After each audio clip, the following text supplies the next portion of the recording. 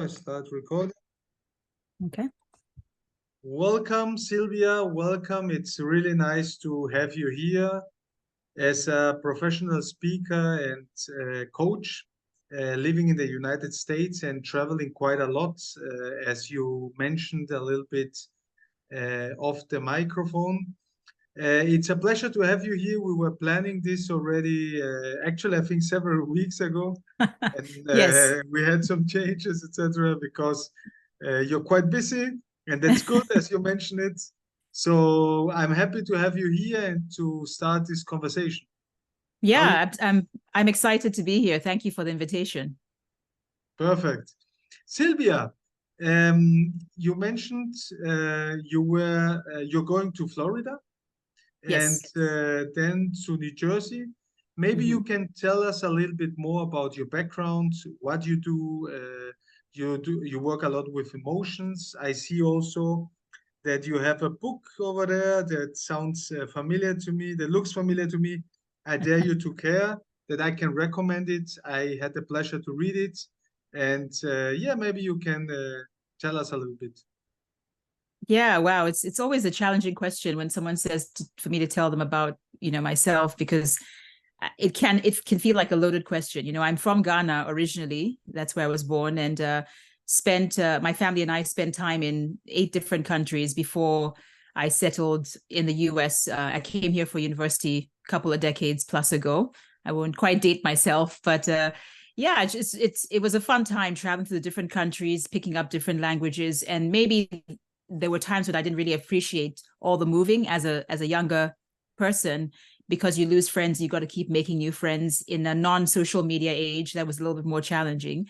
But now I'm grateful for that, because when I travel around the world and I speak to different audiences in different countries, all of that comes back to me, right? The ease with which I can connect with people of different backgrounds and sort of, yeah, just allow others to feel seen and valued, no matter where they come from and how different we are. So I eventually started a professional speaking business about 19 years ago. That began first with me getting certified as a life coach in the year 2000. And I built a practice for about a year and a half, and then went into professional speaking. So, and the journey has been a lot of growing and learning. And I look back and I think, I can't believe people paid me to do that back then. It's and I guess it's a good thing, right? When you can look back and laugh on your journey because of how much you've grown. So it's been a fun ride so far, Yeah. What can we imagine as a professional speaker? Because many in the audience, our audience is like very broad, not only from different cultures, different languages, but also from different professional backgrounds. So maybe you can tell us a little bit more, and then specifically going maybe into your activities, no? Yeah. So, well, a professional speaker, I think, is anyone who probably gets paid for a living, right? To speak, to present, even if you're a professor who gets some sort of stipends at different conferences, I would imagine that, professional speaker is a public speaker, and I once heard someone say that any speaking that takes place outside the privacy of your own home is public speaking, and it always stuck with me, right? So it's always like, you've got to be mindful of your presence and how you're coming across and how you're using your words to communicate your ideas. It's always mattered to me. And so that's how I sort of break that down. So all of us, all your audience, no matter what profession they're in, even if they're a scientist, we can all harness the ability to get up on our feet and say anything worth listening to. I think it's a skill that's worth mastering, no matter what your profession. And the second question you mentioned was activities. By activities, you mean sort of what I'm doing now, or? Exactly. What your professional speaker and coaching activities go into, in which area specifically? Yeah, so I focus most heavily on emotional intelligence, because I think that if you look at every aspect really of life, emotional intelligence is present in some way, right? Whether I'm doing a leadership keynote, or I've been asked to come in. I remember I was doing a customer experience presentation for an organization in Barcelona. Well, they were having their conference in Barcelona a few years ago, and it was a presentation on customer experience, but there was a lot of emotional intelligence in the presentation because, as you can imagine, empathy is big, right? As organizations, you want to be able to understand and empathize with your customers so you can better deliver on what they need. Otherwise, why are you in business in the first place? So emotional intelligence is exciting to me because I think it's something we can all, can you hear me? Yeah, Okay. I just realized that my phone was on mute. Anyway, so emotional intelligence is something that we can all grow and increase our ability. When you look at IQ, for instance, right, your intellectual, what they call it, intelligence quotient or something. So your IQ is pretty set by the time you're in your late teens, by the time you're probably about 18, 20 years old.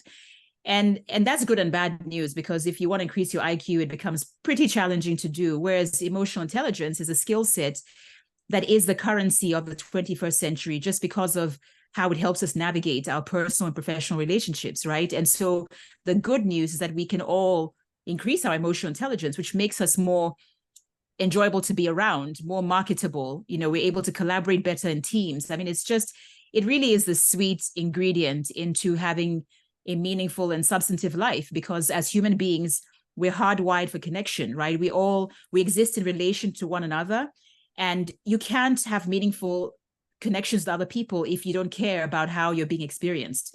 And emotional intelligence is at the heart of all of that. So I really enjoy my focus on, so no matter what people hire me to speak on or to do a training or a workshop on, you're going to get some emotional intelligence in the presentation, because I think it's important. that sounds great. And I think also in general leadership, because you mentioned it also, and not only political leadership in general, no, it's everything about the human, about communication, about not only the rationality of how we solve a problem, but rather if we want to solve it, how we can get teams together, no, from all the different backgrounds, with all different interests, not only in politics like Democrats, Republicans, because you're in the US, but in general, no. So I'm sure you have to have high demand, no. Everybody needs it. Yes, yeah. And I mean, when you think about diverse groups, right? People you have organizations that have teams in different parts of the world. How do those teams relate when culturally they're different, right? You have a team of people in India and you are in Sweden or whatever the case is, and you're all with the same company, represent the same client, and yet you have these different cultural differences, different individual differences. And I think the heart of where we start to really connect well on in those different fronts is to remember that at the end of the day, we all want the same things. We go about achieving them differently, right? If you're human and you're alive and breathing, you want to feel seen, you want to feel appreciated, you want to feel valued, you want to feel like your opinions matter, that you can be creative and solve problems and be innovative and all of that. And so when we operate from a fundamental place of knowing that we all are really sort of gunning for the same things, then we can keep that in mind as we are interacting with people who think differently from us, and I often like to, especially with leaders in particular, there's this thing I like to call it the 2x2 rule for when it comes to inclusion and just being inclusive of people's differences. If ever you're in a position to make a decision that's going to impact more than just yourself, and that's a lot of us, if you think about different realms of our lives, even if you're a parent, this is applying, right? And I think about the 2x2 rule in this way, that before you make or after you've made an important decision, you want to sit down and think about 2 reasons why people will agree with the decision you just made. What are 2 reasons why my so-and-so will agree with this, right? But what are 2 reasons that someone might disagree with the decision I've made or I'm about to make? And it's not to say you're always going to go with the person who disagrees with you, but what it does is it creates room for your ego not to be the first thing leading, right? It's so that when you encounter interactions where there's a dissenting voice, somebody else of a different background or experience is going against what you are deciding, you've already made room. You took time to imagine what those opposing voices could sound like. And so it creates a familiarity. So you almost open up room. It makes space for you to say, wow, I had already thought about 2 reasons why someone might disagree with me. And so you're hearing dissenting voices differently, not with ego, but with openness, right? Because like, my goodness, there are people who legitimately have a differing opinion from me, and I want to make sure they get their time to share that. And then guess what? You know, as they say with empathy, for instance, it's not about just agreeing with people. It's about allowing people to feel seen and heard, even as we disagree. And I think the 2x2 rule is an example of how that can happen, because as you've entertained the dissenting voices already in your own private mind, then you make room for someone else to feel seen and heard, even as you're about to disagree with them on a decision or an important perspective, you know? Very, very interesting. So I was listening and trying to put some examples to this. And in not order to take Kwame Nkrumah he was from Ghana, no? Yes, our Yeah, first yeah. president, yeah. And or very actual would be Amos Oz, the writer from Israel about the crisis now. I was thinking the bad example would be maybe Idi Amin in Uganda, because we are speaking, because you are from Africa, and the next question would be about your personal background. He would rather not open up the space. He would say, no, I'm ego driven, or this is my decision, I will not reflect on it. And the other example would be maybe in South Africa, Nelson Mandela. No, he would say, oh, of course I could take revenge, I could take this, but this would be rather the ego, no? But in the end, it's for the better, it's not the best. So am I understanding this correct or not? Yeah, I think you are. And I think, Alejandro, that must lead us to deeper conversations about leadership, right? Like, when you think about what is leadership, it is the ability to pull others along to a shared goal or shared vision, right? To influence them. And you have despotic leaders like Idi Amin, who, for a short time you may be effective. But I think if people who are interested in influencing others more long term, you can't approach it like an Idi Amin, the closed-minded, I'm making a decision and no one else is going to have input, right? I mean, who do we talk about more in the world, Idi Amin or Nelson Mandela, right? Who are people more inspired and influenced by, And so one of the important things I say is, as for leaders, especially who might be listening in on this, this is my true belief, that in order for you to influence others, begin by influencing how they experience you, right? That's a big thing. So Nelson Mandela was somebody who was experienced as being open, who, it doesn't mean he's always going to go with everyone's ideas. You can't do that, right? But people felt like he listened, like he made space for you to be heard. And then guess what? Your leadership is more effective because now someone who disagreed with you better understands the position you took. And so they're going to move along with you, if anything, out of curiosity, right? Whereas the Idi Amin, who's the Hitlers who are just stamping down the authority, their leadership doesn't last, it's a very lonely place to be. And most of us, I believe, there's some out there, but most of us in this world, we are nourished by our connections and by knowing that we matter to others, right? And that doesn't happen if you don't care about helping others to feel seen and valued along the way. So how did Sylvia get to this point, get to this, I don't want to say wisdom, but to this certain degree of emotional intelligence, etc., having your personal story behind? What is the story of Sylvia? Maybe, of course, not in 1 hour, but maybe you can reduce it to 5 minutes, or to tell us a little bit your development, professional as well as personal. Yeah, so there's two big influences in my formative years. And I like to believe now, looking back over the last at least 3 decades, that I was building my emotional intelligence skills long before I knew what to call it, long before it really was a buzzword in our modern day existence.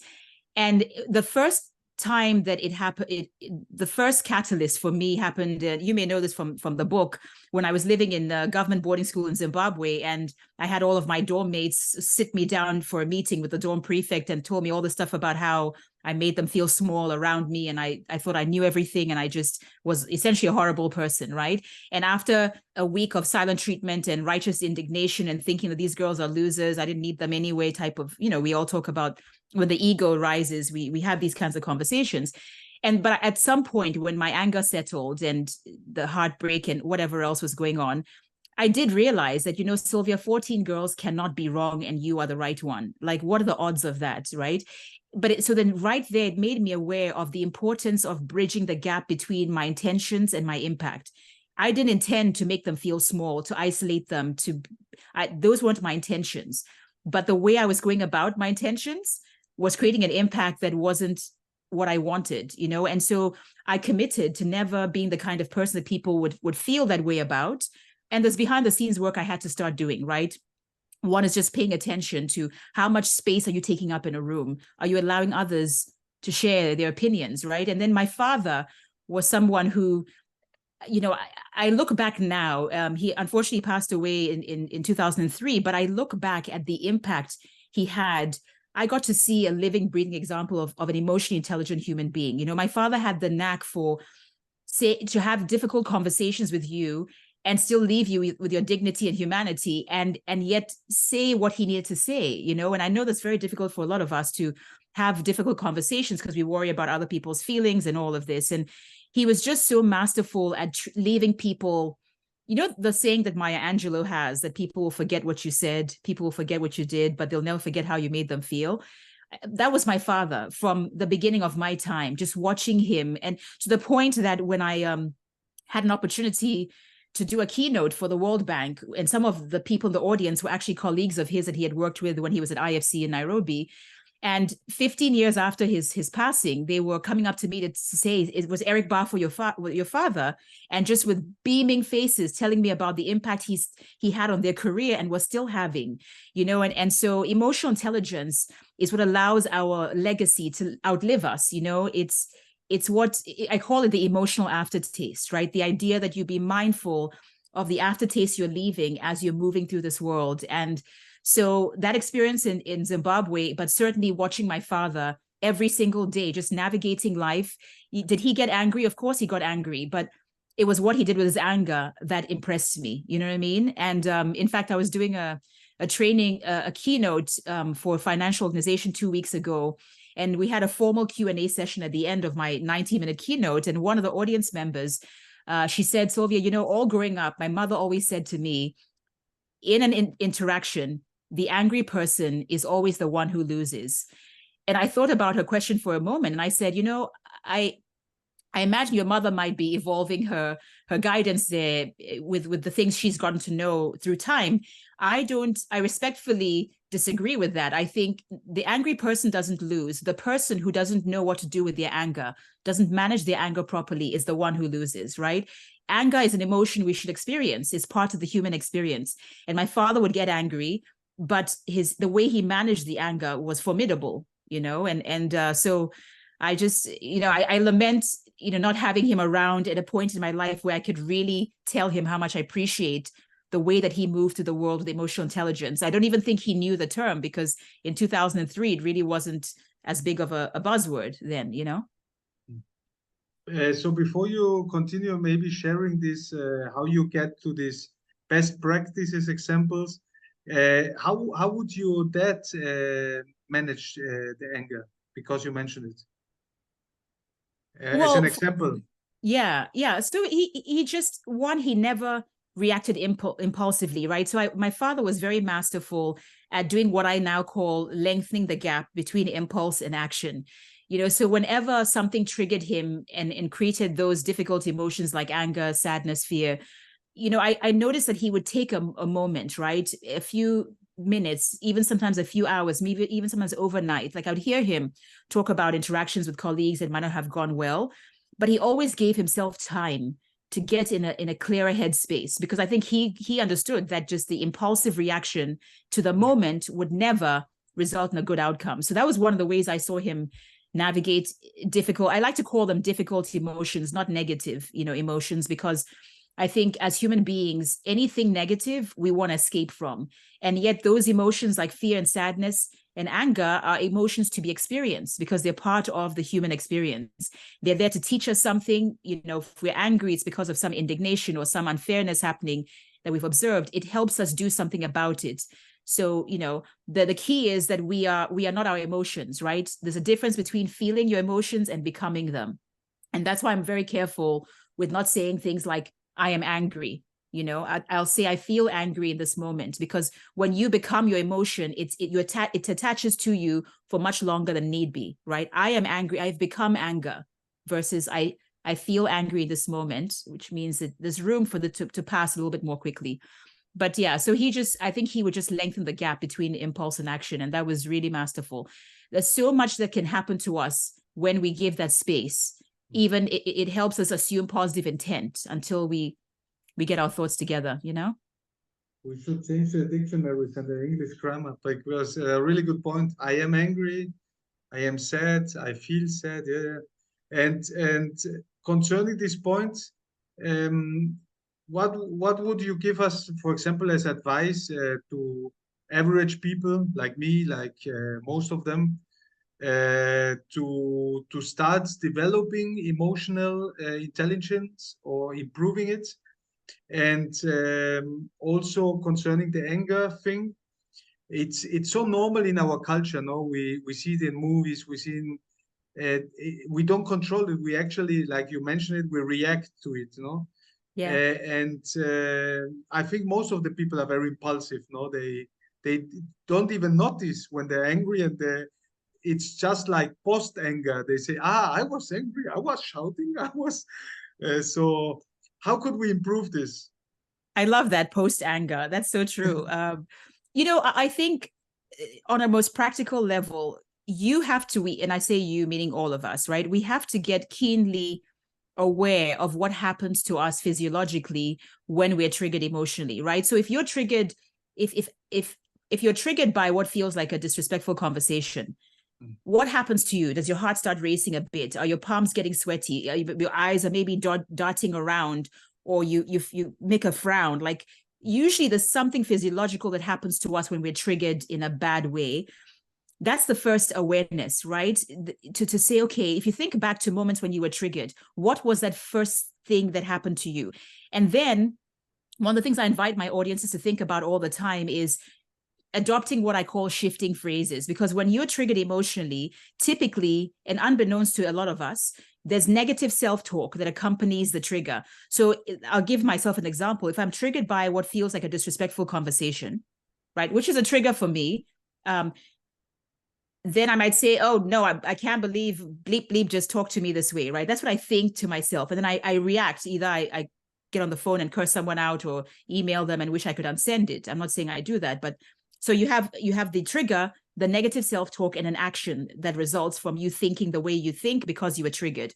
So the shifting phrase on the other side of that, and I use the word shifting phrase because I think about it as just shifting your self-talk to give you a few seconds of space to bring your best self to the next moment, right? So instead of the trigger, instead of, saying a bunch of expletives when I'm triggered by what feels like a disrespectful conversation, my shifting phrase becomes, is it possible Alejandro didn't mean to offend me?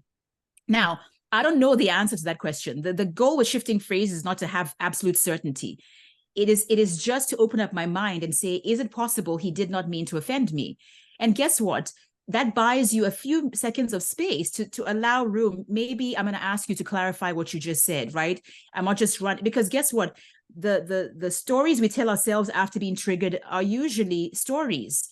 You meant to offend me. My husband meant to do this, and you don't know that for certain. So either way, we're acting on assumptions.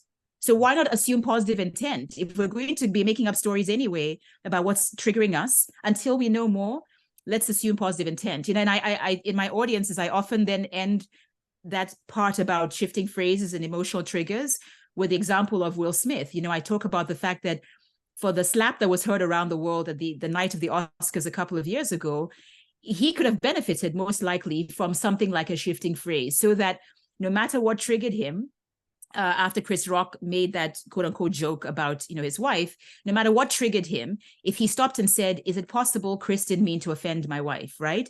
If he just thought that in his mind, or if he thought, is it possible that's part of the skit, part of the script, part of the evening, right? I guarantee the next impulse wouldn't be to push himself to the stage to slap Chris Rock. It may cause him at the break to go back and say, look, that wasn't funny. Can you apologize on national TV, right? There's a lot of other things that can happen. So people who tell me, Sylvia, I can't handle when I'm emotionally triggered, I just have to ride the wave. Like you said, post anger. I got a deal, and then I'll look back and say, wow, I didn't realize I was shouting, or I didn't realize I slapped him or punched him, or whatever the case is, or I yelled at someone. And I beg to differ. I think, one, get very aware of what happens to you physiologically when you're triggered, because it'll train you to recognize, okay, my hands are twitching. It means I'm really incensed right now, right? And then you think, what's a shifting phrase? Is it possible they didn't mean to exclude me from the meeting, right? Instead of just assuming they meant to do that, because then we act on our assumptions as human beings, and half the time we're wrong. Then we're having to apologize and backtrack and untoxify a situation, if that's a word, you know? Wow, it's I think it requires also a lot of maturity and consciousness. I don't speak only of myself, and well, in the end, always we speak about ourselves, no? But because when we observe other people, we assume also, this person is like this, or this person maybe doesn't even see that she's angry. And that you say, it reminds me a little bit also on Viktor Frankl. I don't know if you know him. Yeah. Like being aware, or Vipassana meditation, or being aware of what I'm feeling right now, of instead of reacting, no, acting, like you said, taking your at least some seconds to take this consciousness and respond differently, no, and not just I slap you, or like on the case with Will Smith. What do you think? Because I have read also, for example, Daniel Goleman. I think 1985 was the emotional intelligence book. What do you think, or what are emotions? Because there are different theories, etc. What are emotions? And also maybe just a little bit more on we are not emotions. You said we feel emotions. So emotions are temporary. Where do they come from? Yeah, maybe you can tell us more about this. Yeah, I mean, I like to think of emotions as just, subjective, psychological, or physiological responses to some sort of stimuli or situation, right? It's subjective, because you can create different emotions based on the very same circumstance as me, and that's where the subjectivity comes in. So your second question was, what are emotions? Where do they come from? Yeah. Because we are not emotions. Yeah, so it's a natural response to stimuli, right? As human beings, we have a heart, and we have feeling. We have the ability to feel things, and so emotions are subjective, physiological, psychological response to the stimuli around us, what's happening around us.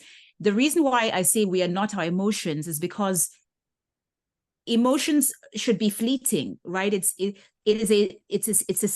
a response to stimuli in a situation, so it shouldn't become us. It's what we feel.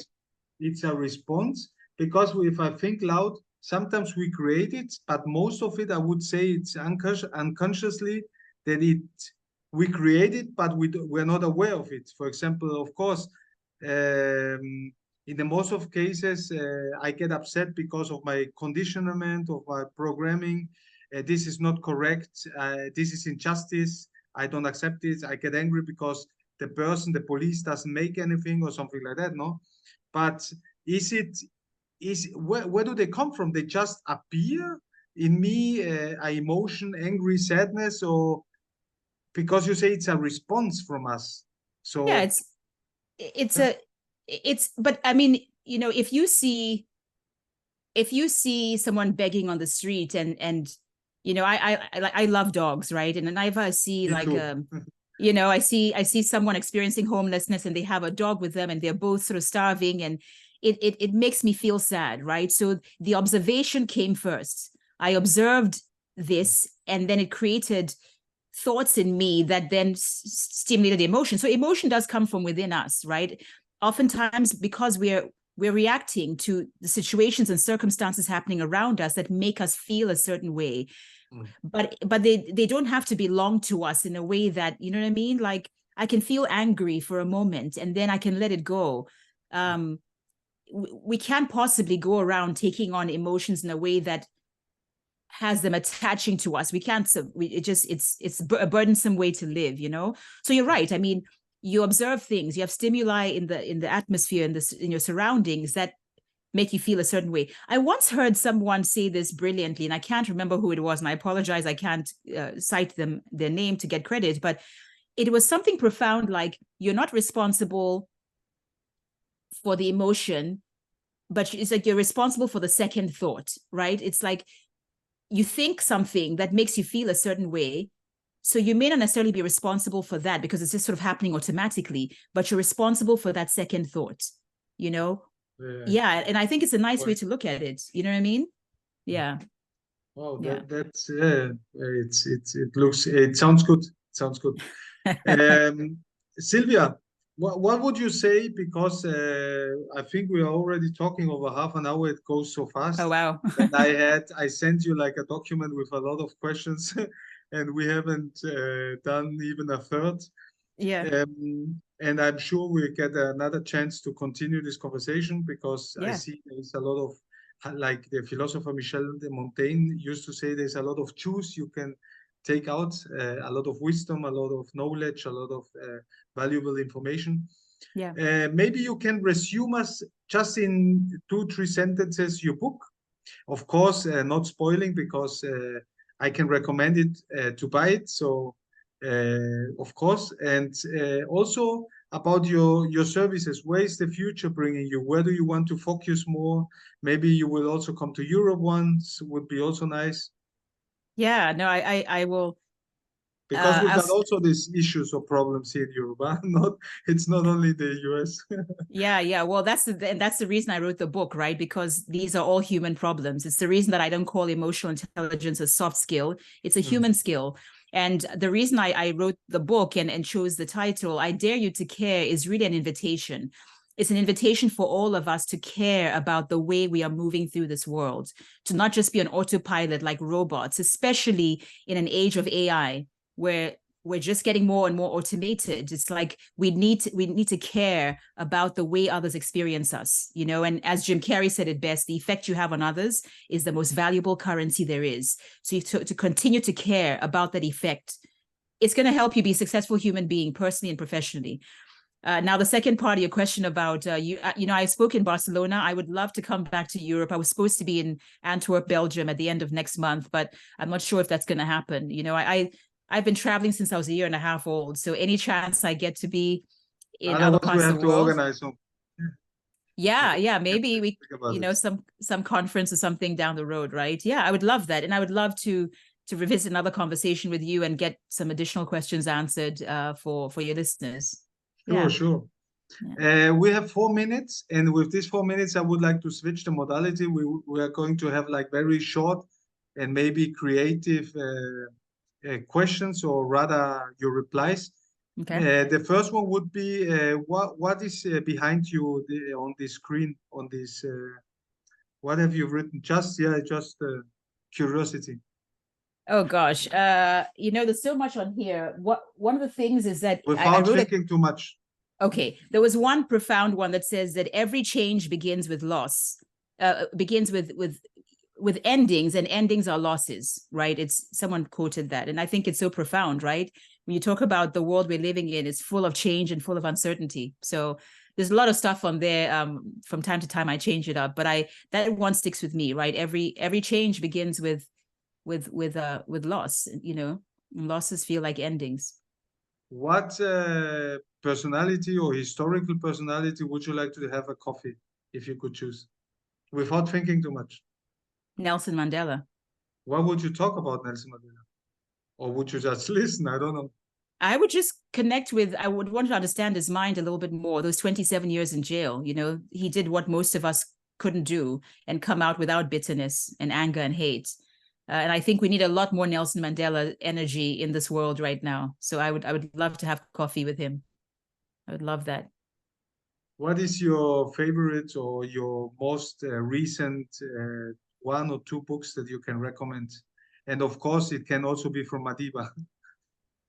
Atomic Habits was one that really resonated with me. I think James Clear. Yeah, it just was a beautiful, and I tend to consume books audibly because my attention span for reading is horrendous, unfortunately. I don't know what's happening to my attention. But with books, I take walks, I listen to stuff. So Atomic Habits, and then also Carol Dweck's mindset, growth mindset versus the fixed mindset is so important, because we navigate this world either by growing or by remaining fixed and just taking the punches of what life throws at us, So those two books, Atomic. What do you think about David Goggins? Do you know him? David Collins? Goggins. Who is that? I don't think I have to send you a link. I really love this guy. Okay. Yeah. Okay. I would love to hear more about that. Yeah. And maybe like a personal, the best personal advice you got in your life. Gosh, I've gotten so much advice. I would say it's from the time I was privileged to spend with Dr. Maya Angelou, really the advice that she's given to all of us, which is, people will never forget how you make them feel. It's something I take to heart. I'm nourished by my relationships, professionally and personally. And I know it takes work to have nourishing relationships, to be the kind of person that when your name is coming across someone's phone, they're happy to answer it versus, oh God, I'll get to them later.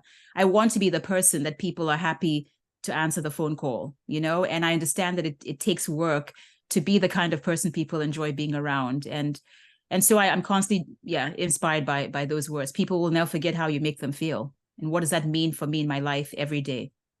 Such a good point. And the last question, because we have only some seconds, so not thinking too much and short, what is happiness for you? Peace of mind. Perfect. So nice. So very beautiful message you are giving us, and profound. Sylvia, thank you so much. And I hope I didn't, like you mentioned with the example with the cell phone, it's him on LinkedIn, that you don't get negative vibes or something. In the contrary. No, you're a pleasure to be around. Thank you for the opportunity to have this conversation. Thank you. I send all my best regards to the United States, and we see you soon. Thank you so much, Sylvia. And absolutely. for the next time. Take care.